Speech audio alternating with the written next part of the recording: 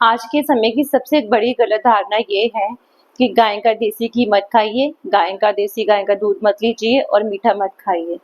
क्यों भई? रिसर्चेस रोज होती हैं और रोज चेंज होती रहती हैं और रिसर्चेस के अकॉर्डिंग रोज के डाइट प्लान्स चेंज होते रहते हैं।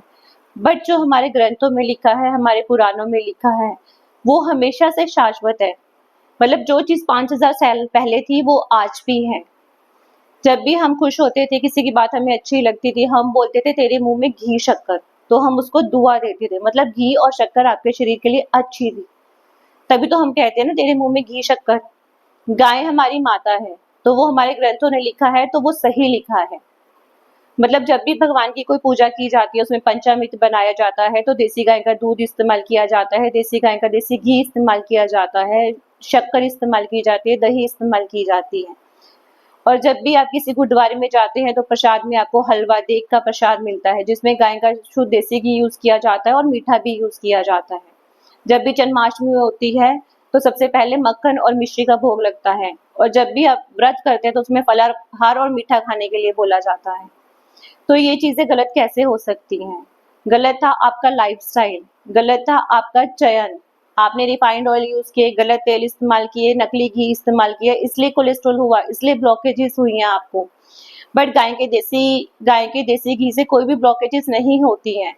उल्टा आपका जो ब्लॉकेजेस है वो खुल जाती हैं, क्योंकि आप पूरे दिन में जितना फैट खाते हैं वो सिर्फ 30% ही होता है जो फैट का आप टेस्ट करवाते हैं, कोलेस्ट्रॉल और ट्राइग्लिसराइड। 70% फैट आपका लीवर ही बनाता है, और लीवर को पता है कि कौन सा फैट उसको बनाना है, कौन सा फैट आपके शरीर के लिए अच्छा है। तो अगर आप गाय का शुद्ध देसी घी खाते हैं तो लीवर अच्छे वाले फैट को बनाता है, और बुरा फैट जो आपकी बॉडी के अंदर डिपॉजिट हो रखा है, कोई ब्लॉकेजेस हो रखी हैं, तो उसको शरीर से बाहर निकालता है। और मीठा जो है वो शरीर के लिए बहुत ज़रूरी होता है, बट ये है कि अगर आपने रिफाइंड शुगर यूज़ करी थी, जो मीठा हमें कोल्ड ड्रिंक्स में या पैकेट्स में मिलता है कि चिप्स ले लिया, बिस्किट ले लिया, नमकीन ले लिया, बर्गर खा लिया, पिज़्ज़ा खा लिया, वो मीठा तो नुकसान करेगा ही भई।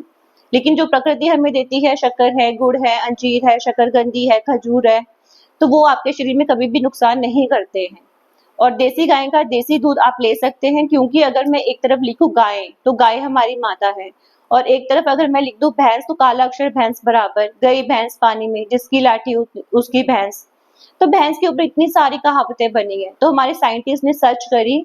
3 महीना लगातार जो पॉइजन, जो केमिकल्स, जो टॉक्सिन्स गाय को खिलाए गए थे, वही भैंस को खिलाए गए थे। और 3 महीने बाद जब उनका दूध टेस्ट किया गया, तो भैंस के दूध में 85% केमिकल्स, टॉक्सिन्स उसके दूध में प्रेजेंट थे, जो उसको खिलाए गए थे। जबकि जब गाय का दूध टेस्ट किया तो उसमें सिर्फ और सिर्फ 3% थे।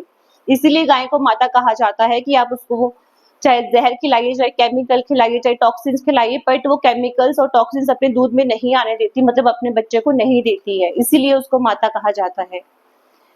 तो रिसर्चेस जो भी करती हैं, पूरे दिन में मैं मानती हूँ कि बहुत सारी रिसर्चेस होती हैं, बट उसका अगर फाइनल रिजल्ट अगर हम बात करें ना, तो वो वही होता है जो हमारे ग्रंथों में, हमारे पुराणों में ऑलरेडी पहले से लिखा हुआ है, जो कि शाश्वत है, जो सत्य है, जो चेंज नहीं होता समय के अकॉर्डिंग। आप अपने ऊपर विश्वास मत कीजिए, इंसानों के ऊपर विश्वास मत कीजिए, पर भगवान की कथनी और करनी में कोई फर्क नहीं होता। हमारे पुराणों में, ग्रंथों में जो भी लिखा होता है वो सत्य होता है।